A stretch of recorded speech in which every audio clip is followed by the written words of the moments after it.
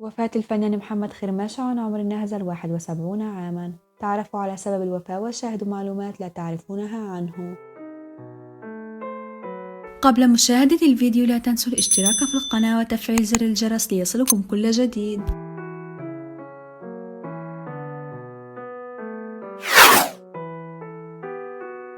فُجِع الوسط الفني السوري اليوم بوفاة الممثل السوري محمد خرماشة عن عمر ناهز 71 عاماً إثر أزمة قلبية. وقد نعت نقابة الفنانين السوريين الفنان الراحل في منشور على حسابها عبر فيسبوك، حيث نشرت صورة له وصورة أخرى لورقة النعوة. وقد تم تشييع جثمانه ظهر اليوم في بلدة البهلولية بريف محافظة اللاذقية غربي البلاد. لروح فقيدنا الرحمة والسكينة ولنا ولكم ولأسرته خالص العزاء والصبر والسلوان.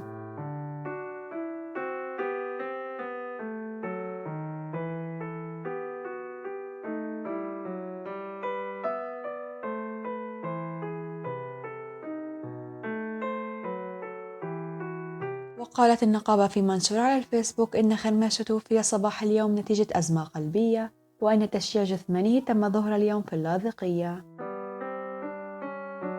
تعين محمد خرماشة في نقابة المهن التمثيلية عام 1985، وكان يبلغ من العمر 20 عاماً فقط.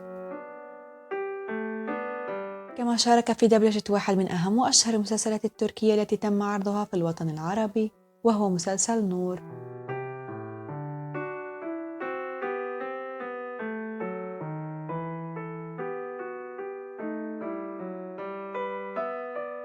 وقدم من خلال أحداث المسلسل صوت شخصية الجد فكري الذي كان مقرب للكثيرين. ولد الفنان محمد خرماشة بتاريخ 14 أغسطس عام 1952.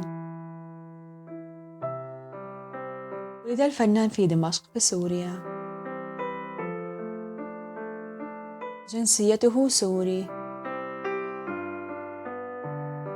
كانت موهبة محمد خرماشة سبب رئيسي في تعيينه بنقابة المهن التمثيلية، أي أنه لم يكمل عامه 20 حتى وقت تعيينه.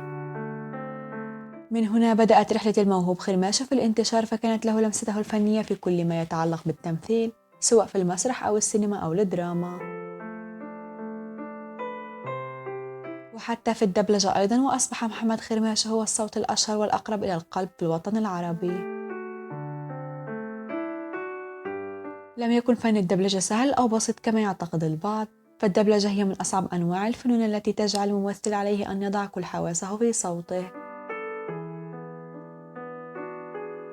والذي يكون بمثابة ممثل آخر بداخله، فعليه أن يوصل الإحساس بصوته فقط دون أي شيء آخر. وكانت مشروعات الدبلجة للأفلام الكرتونية التي شارك فيها محمد خرماشة من أكبر الدلائل التي أثبتت ثقل موهبته، والذي أصبح بعد ذلك من أشهر مدبلجي الوطن العربي. ولم تقتصر دبلجته فقط على الأفلام الكرتونية، بل تمكن أيضا من المشاركة في دبلجة المسلسلات التركية. في واحد من أشهر المسلسلات ليس فقط في سوريا ولكن على مستوى الوطن العربي أيضا، شارك محمد خرماشة بدور هام جدا في المسلسل الشهير باب الحارة، والذي لاقى نجاحا كبيرا وانتشارا أكبر من الجماهير العربية. وقد شارك خرماشة في أحداث المسلسل على مدار ال5 أجزاء التي تم إنتاجها.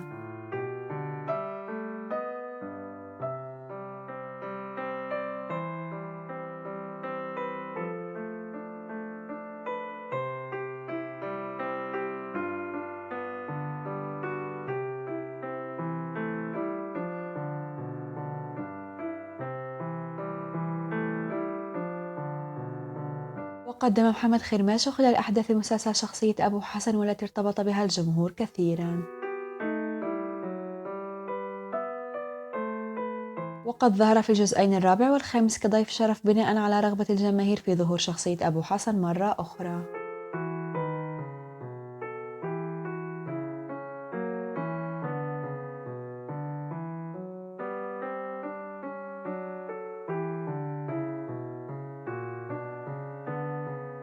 يعتبر مسلسل باب المراد هو آخر عمل درامي ظهر فيه الفنان القدير محمد خرماشو، ويعتبر من أشهر وأهم المسلسلات التاريخية التي تحكي عن قصة حياة الإمام الجواد.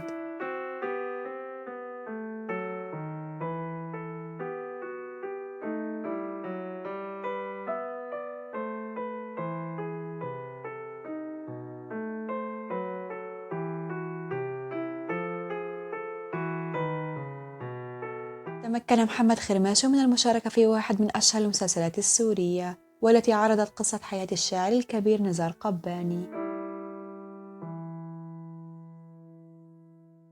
وقدم شخصية نزار في فترة شبابه الفنان السوري تيم حسن، وقد نال المسلسل نجاحا جماهيريا كبيرا وحصل على إشادة من جميع الجماهير في الوطن العربي. الفنان محمد خرماشو متزوج ولديه 3 أبناء، وشارك في دبلجة العديد من الأعمال الكرتونية منها باباي ودودي وخضر وسيف الصاعقة وآيرون كيد وغيرها. من أعمال الفنان محمد خرماشو في المسرح زوار الليل وعريس لبنت السلطان وزيارة الملكة وثورة العبيد.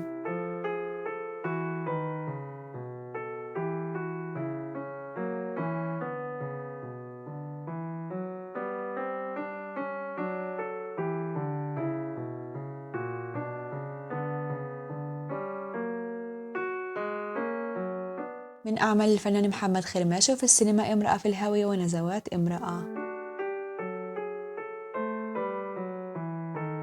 من أعماله في التلفزيون البركان وحمام القيشاني والخوالي وإخوة التراب وباب الحارة وحارة نسيها الزمن وشام شريف. وهوى بحري وطيب جدا ومحاولات وحزم الضم والتعب وحارة نسيها الزمن وبعد فوات الأوان والهروب الصعب.